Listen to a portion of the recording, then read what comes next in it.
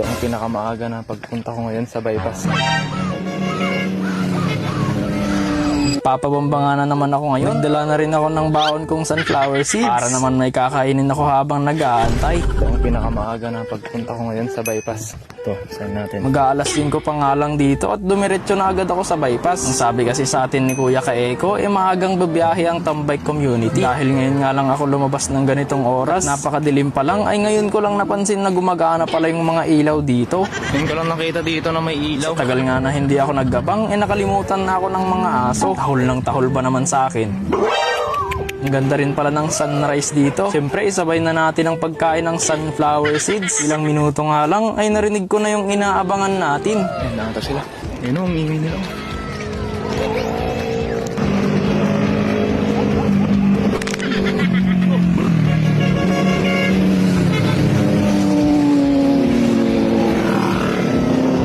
Grabe, ang dami nila. Patit ako dito sa bato na to. Putik na yan. Meron pa. Mga sumunod pa.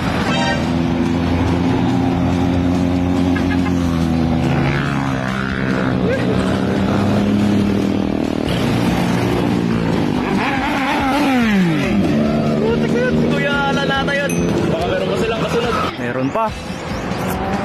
Uy! Tigil kayo dito!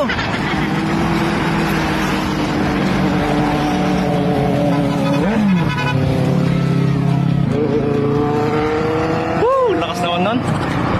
Sarap. Grabe. Ngayon lang ulit. Tagal na akong dinakakita ng D-Bike. Classic Tambay Community. Classic Tambay Community nga talaga. Uy, may Tesla pa oh. Tesla. Tapos nilang dumaan, gumawa na ako ng mission ko. Pag naubos ko na itong sunflower seeds. Habang kumakain ako dito, baka naman may maisip kayong bagong ilalagay sa sign natin. Baka naman gusto nyong manatiling ganito. Comment nyo lang sa baba. Natin. Baba? Wala na. Ayan o.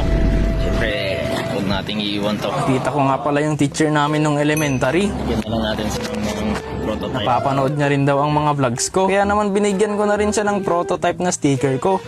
Hello ma'am. Bigyan ko na lang po kayo ng sticker ko po. Na bali yan po yung prototype pa lang po. Oo, okay. Siyempre po nanonood din ako po kayo sa akin. Oo naman.